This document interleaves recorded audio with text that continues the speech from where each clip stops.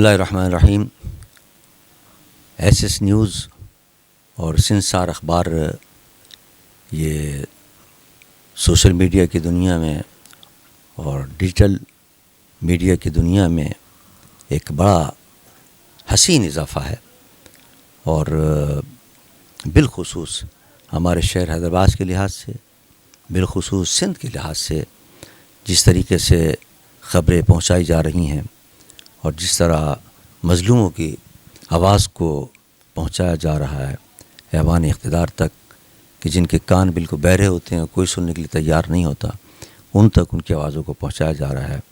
یہ ایک بہت اچھا کام ہے، میں ان کو مبارکباد دیتا ہوں، اور یہی کہوں گا کہ وہ اس کام کو جاری رکھیں، اور بالخصوص جو مظلوم طبقہ ہے، خواہ وہ کسی بھی شعبے سے تعلق رکھتا ہے، اس کی مدد کریں، اس کی آواز پہنچائیں، اس کی آواز اوپر تک پہنچائیں.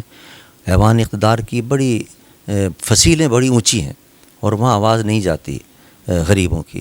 آپ نے دیکھا کیسے کیسے رانی پور میں ظلم ہوئے چھوٹی سی بچی کے اوپر، اور کیا کیسے کیسے واقعات ہو رہے ہیں. کوئی ہے ان کو آواز اٹھانے والا، کوئی ہے ان کو پوچھنے والا، ان ظالموں کے ہاتھ کو روکنے والا. اب 2-3 دن یہ واقعہ ہوگا، پھر دب جائے گا. ایس ایس یو جیسے چینل کا کام ہے کہ اس کے پیچھے لگے رہیں، اس کو ٹھنڈا نہ ہونے دیں اسلام کو، جب تک کہ اس کو کیفر کردار تک ان ظالموں کو نہ پہنچا دیں.